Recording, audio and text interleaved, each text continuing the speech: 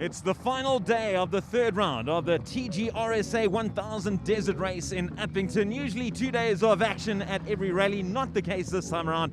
It is the marathon rally taking place here in the Northern Cape. Friday kicked off with the Pirelli qualifiers. Yesterday we had the first day of racing action, 2 loops of around 400 kilometers. And today we do it all again. Congrats to the drivers and navigators for putting on a tremendous show yesterday. But of course, it's all about making it through at the business end of the race and to get to that checkered flag. Welcome to all our viewers this morning from a fairly cold Northern Cape, a lot colder than normal, a lot colder than yesterday. Folks are dressed a lot warmer. But I tell you what, the folks that are certainly heating up are the ones next to me. Henk Lattergan and Brett Cummins leading the way after yesterday's first bit of action. Looking at the difference, gents, not too much to speak of in terms of time difference, but Henk, you are in front. Bit of a surprise after yesterday. Started quite far back on the road. Turned out to be quite a good thing. We had a bit of a swept road. So this morning it's the opposite. Now we have to go and find the road, and the guys behind us will have a bit of a swept road. So I think there's all still to play for today. Action's getting underway 15 minutes earlier. It was supposed to originally start at 8 a.m. It's going to start at 1:45, so it's actually not too long to go before you kick things off. But does that change things at all, that 15-minute difference for you?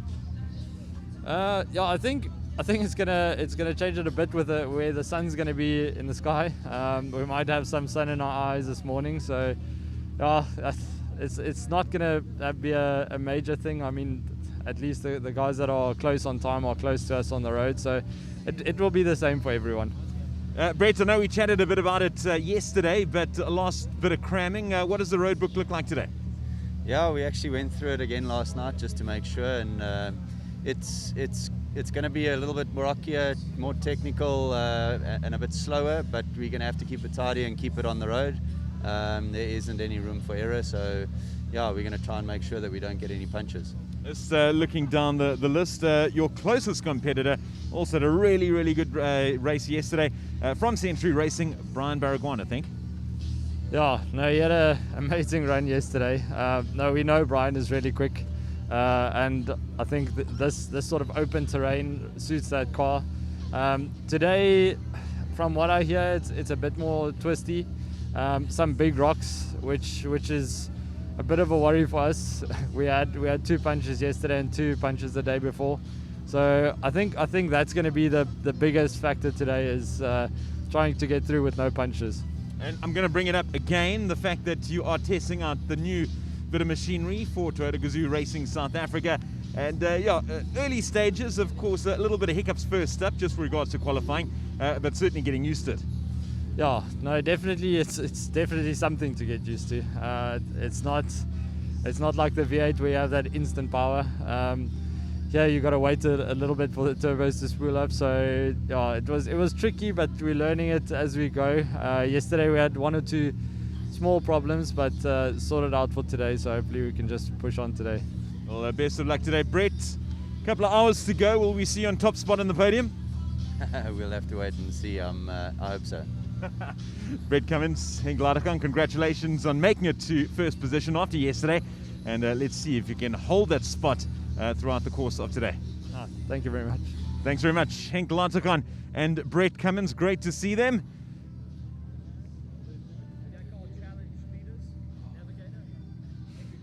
Cool. We move over to the Dakar Challenge leaders. Henry Kona, geez, welcome to on board. Dakar Challenge, it is a massive boost for you to capture that this weekend. Yeah, for us that's the main focus today. We took a 15-minute lead yesterday in the challenge part, so today we're just going to manage it. It's a big price. We confirmed that we are going, so it does make a big difference to the budget as well. So we're looking forward to see what we can do today. For the uninitiated, just explain exactly how it works with the Dakar Challenge and with the prize. So within the desert race itself, there's a challenge part where you can win an entry to the Dakar Rally, for which you can use within the first 18 months of this event. So it's either 2022 or 2023. And then you also get a €8,000 prize to use for marketing to secure some more budget. So that can make an even bigger difference than the 650,000 rand. Have you been to Dakar before, either as a competitor or a fan? No, we're throwing ourselves into the deep end, but we're going with our team, Redline Motorsports. So they've got quite a lot of experience there. So we're putting our trust in them, and they will guide us through the event. Oh man, that's absolutely wonderful. And how are things going with the race itself? Never mind the Dakar Challenge side of things. So we had a good run yesterday. Unfortunately, about 8K is the same rock that hit most of the field. We had a double puncture, and then coming in again a bit too fast, trying to make up time in the second lap. We hit it again with one puncture, but we drove that out. So good clean run, laying 9th overall. So we'll just sit back and watch the race today and see what's going on. And finally, how are you enjoying Upington? Of course, making its debut as a host of SACS. The roads here are awesome. The dune section we did yesterday was unbelievable. I must say, I think most of the guys enjoyed that thoroughly, and we hope we can come back and do that again next year. Oh, Henry Kona, thanks so much for joining us. Best of luck on the race day itself, and of course, best of luck for winning that Dakar Challenge, and we hope to see you over in Saudi Arabia. Thank you very much. We'll see you guys there anyway. Oh, Thank yeah, you. granted. Thank you. Just hope that you can get a little bit of cash taken off that big bill. That would be great. Thank you. Thanks so much, Henry Kona. Moving over now to Guy Bottrell. Guy, come take a seat. A man we're more used to seeing over at rallies, but this time round over at the SA Cross Country Championship. How are you settling in, Guy? Well, thank you very much. It's a great honor to be here and racing one of the Toyota Gazoo Hiluxes. It's phenomenal to be part of this event. We had a very tough day yesterday. We had 7 punctures yesterday, 5 in one loop, which really hurt us. But at the end of the day, we're still here. There's still a lot of racing to go. So yeah, we're just looking forward to today. Oh, man, I'm sure you are. Talk us through, just having a look, if we go down, sitting in 13th position at the moment. That, of course, is overall on the start list with those 2-minute dust gaps, just sandwiched between Clint Gibson in the special, and we also have Djewald van Breda from the Century Racing CR5. So a bit of work to do for you guys out there. Definitely, we've got a lot of work to do. I'm glad the wind is blowing quite strong this morning, so hopefully we won't have any dust issues. But yesterday there was a lot of positives from the punctures that we had. But when we were going and we didn't have any punctures, our times were pretty good in the splits that we got. So I'm quite sure the pace is there to run in the top 5 at least. So just yesterday we were very unlucky. Multiple championship winner when it comes to rallies. What's the transition like going from there to SA Cross Country Racing? Well, first of all, the navigation is very different, and the time that you spend in the car is much longer, and the distances are incredibly long. So that's something to adjust. This is the first event I've got Simon, my navigator that I've had with me for many years in rallying. So it's a familiar voice sitting next to me now, and he did a phenomenal job yesterday. Throw him in the hot seat, and he was on it straight away. So that was really good. And I just think we need a little bit of time to get together in the off-road and just ease into it. We had a very good run in Dahlstrom. We never got out the car once, no issues. And this event, we've got out the car a total of 9 times. So we're really paying a bit of school fees at the moment. But just looking at the positives, we were fairly quick when the car was going good, and we never had any punctures. So I'm quite sure today's a new day. We're pushing reset, and we're going to go again. Lovely. Guy Bottrell, best of luck out there. Great to have you on board, and great to see you out here at the SA Cross Country Championship. Thank you so much. We'll see you later. Thanks so much, Guy Bottrell. Yeah, action certainly is heating up over here at the TGRSA 1000 Desert Race in Upington. Yeah. Moving over now to Hunt van Staden. Great to see you, Hunt. Jeez, it's been a long time. Yeah, it has. How you doing? Lucky yourself. Very well, thank you. So tell us how the weekend's been for you. It's awesome. The qualifier was really great, amazing terrain.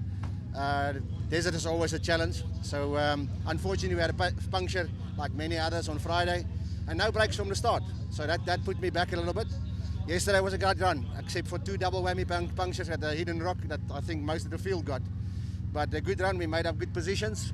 We're in a more favourable position this morning, and different terrain, different route, different race. So we're looking forward to that. So, I mean, you've been racing for many, many years. You've seen and done it all, especially when it comes to different terrains and around South Africa and across the border over in Botswana, of course.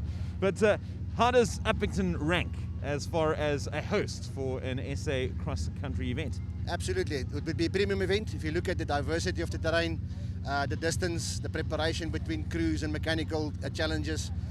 it's the premium event for us as well. Man, to finish the desert race is one of the biggest challenges you have in your calendar. Not only are you banking double points, but you're gaining the seating time and experience to diversify your driving skills. But the city itself as a host venue has been superb. Yeah, absolutely, man. Very welcoming. The facilities in around town, the availability. It's pity about the spectators. COVID is really taking the fun out of it for the guys not being able to be here. But I think if the COVID is passed, and this will obviously be one of the biggest attractions. Now that we can't go to Botswana, the next best thing is here, and the terrain that we have offers the distance and a space to host races like this. I think SACCS is doing a great job putting new areas and new terrain to our disposal. We can't wait for what today is offering. And you know it's superb. I mean, you speak about the fact that there's no spectators around. That is unfortunate, but you look at this list. I mean, the competitor list, growing and growing and growing. The drivers and navs, the teams really wanted to be involved in this race, and it's chock-a-block. Absolutely, man. We haven't seen entries like this for a while, and I think the great thing about it is that there's still an attraction to the sport, and I think the more the organisation do what they're doing at the moment, the more the sport will just grow by itself. And Jan, just a little bit of background on yourself with regards to racing. I mentioned the fact that you've been racing for many, many years, but just tell the viewers, for those that don't know too much about you, for the two out there that don't, tell them a bit of your background. Oh yeah, so we started in the regionals like everybody else. I've won 2 regional championships, then moved to nationals, won the first Class A and Class B championships. Then you move to the bigger ranks, done 2 Dakars, 2 Dakar Kalahari rallies. I love the sport. I love the vibe. It's alive when you hear the sounds of the motors and the people and the friendship that forms. Racing, you become part of the race. You know, it's not just a sport. It's competitive. I think we won one of the competitive teams. We've got the edge. The experience is there.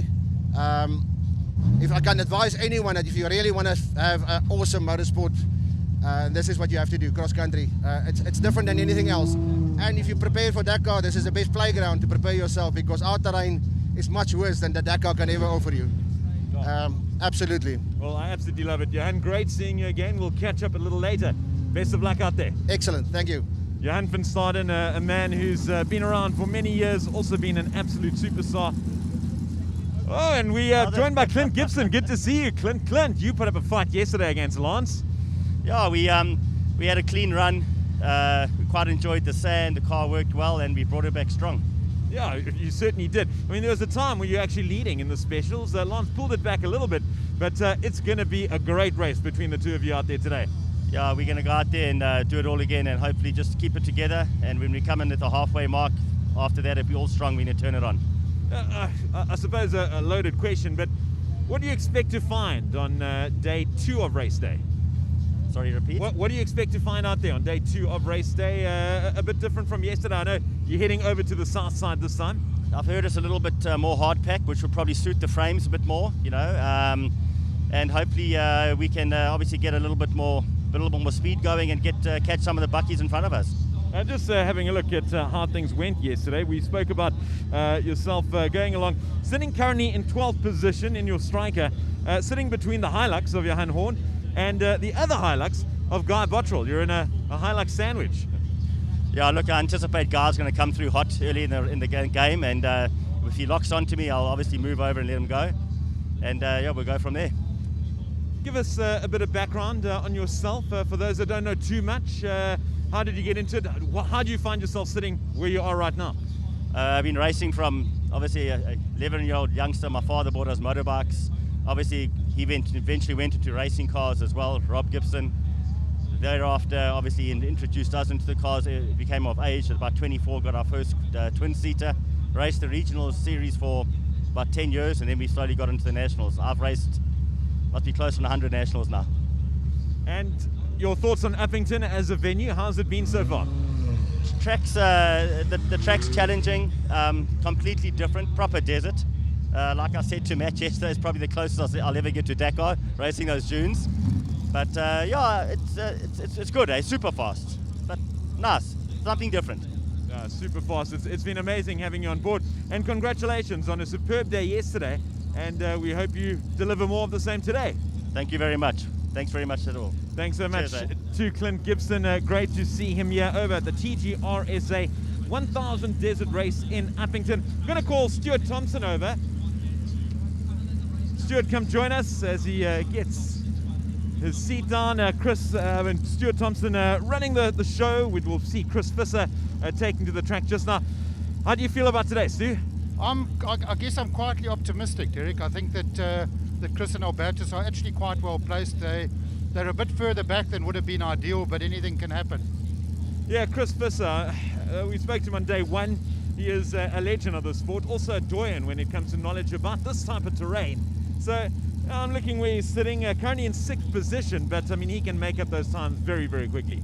Yeah, he can. I think he's about 8 minutes back, which I guess is a bit of a big ask, but as you pointed out, it could well come right for him. What did you make of yesterday's action with regards to the terrain? I spoke to a couple of the navigators. They said it was actually pretty relaxed. It wasn't too challenging, and the cars came back in pretty tip-top shape. Did you find that over at WCT? Yeah, well, I mean, Chris's car came back in good shape. Gary and Siegfried's car was a bit the worse for wear. Bit of a development this morning because Siegfried has hurt his neck.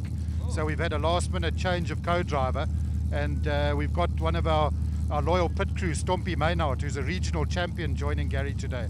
So quite exciting. Yeah, talk about throwing a spanner in the works. Of course, Stompie is completely qualified, but geez, a last-minute change like that could change things quite significantly. Yeah, indeed. It's a new car, so we're quite keen to get the mileage on it. So that was the sort of rationale behind it, and I'm sure Stompie will do a good job.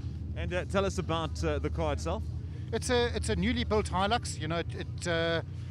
We built a few very similar cars, but as Mitsubishi Tritons. So it's nice to have a car running locally, which is it's very exciting for us. Oh, it certainly is. Best of luck out there. Jeez, last minute change in navigators. Doesn't get more dramatic than that, but still got Chris Visser at the wheel. And like I said, it doesn't get much better than that. No, indeed not. Thanks, Derek. Thanks so much, Stu. Okay, moving over now to one of the youngsters. Thanks so much, Stu Thompson. Thanks, Stu. Thanks. Oh, so it's Father's Day today. But I tell you what, this is certainly not a father, although his father is around Kent Rutherford. Great to have you on board. Firstly, happy birthday. How old did you turn today? I'm turning 19 today. 19 so today, 19, sensational. Yeah. And tell us about yesterday. Bit of a rough ride out here in Upington. Well, yesterday we started first in class. We qualified first. So we had a great first run, great first loop. We had a double puncture, which cost us some time, but coming into halfway we had a 7-minute lead over the second place guy, and then unfortunately in the second loop, 17 kilometers in, the right rear control arm shed off the chassis, and that was the loop over for us. So 10-hour penalty today, and starting from the back, so we're going to come from the back today. Okay, cool. So you'll be starting from wide back, but you will be starting at least, and you'll be competing regardless. Yeah, all we're looking to do today is take it home and bag the points. We're not looking to win because it's quite impossible from the back. I've got to ask, who wished who first today? Did your dad wish you happy birthday, or did you wish him happy Father's Day? No, I think he wished me happy birthday first. Archie, you must be so proud of this young man. Yeah, it's great. He makes me proud. Yeah, he's driving very well. I mean, I've been around for years in the racing circles, but I think he's driving very well. He's got an old head on young shoulders, I think, and that's what you need in this cross-country racing. And he has sat with me for 3 years in our Toyota, the S-Class car. So I think hopefully some of that wisdom has rubbed off, and now it's about pulling through it. It's the last day of the Desert 1000, and he needs to bring it home. Him and his brother need to bring it home. It's amazing, the Class Gs. It's just picked up in popularity, Kent. Yeah, well, it's a learning class for learning to drive. It's an automatic car, so it's not hard to drive like the main cars with the gearboxes and stuff. So it has picked up. People are looking to come into the sport, into the G class, and looking to move into big classes after a few years of experience in the G class. Archie, CEO of Sachs, you must be tremendously proud, not just of your son, but also the event itself, wrapping up here in Upington. Still one more thrilling day of action to commence, but so far it's come through with flying colours. Yeah, look, it's the Desert 1000, the Toyota Gazoo Racing, as it's known this year, is one of the iconic events in South African sport, South African motorsport in particular. And for us to have put this event on because of the COVID pandemic, we had to bring it to Upington. and judging by the comments I've had over the last 3 days, I think it's been a success. Although we've got 1 day to go, so far so good. The competitors have enjoyed it. The terrain has been fantastic. It's been something new. It's been a lot of sand, proper desert conditions. Today I believe it's going to be a bit more rocky, but yeah, it's great to be able to put such an event on. And thanks to all our SACS organisers. I mean, they've done a great job in ensuring that everything runs smoothly this week. And finally, with regards to the competitors, a great racing awaits. Also, some key battles in production. We've got right up front Henk Ladekon, Brian Baragwanath. Of course, that could all change as well. And then in the specials, Lance Strathui being chased by Clint Gibson. Well, it's going to be nail-biting. Yeah, look, it's close. I mean, I think there's seconds between Henk and Brian Baragwanath. And, of course, you got the old-timer Janelle in third, looking to pounce. So the guys in the front, if they make a mistake, I'm sure Janelle, as he is the ultimate finisher, he'll be right there to pick up the pieces if they falter. As far as the specials go, the big dog Lance Strathui has always been in charge this season. He's won every race.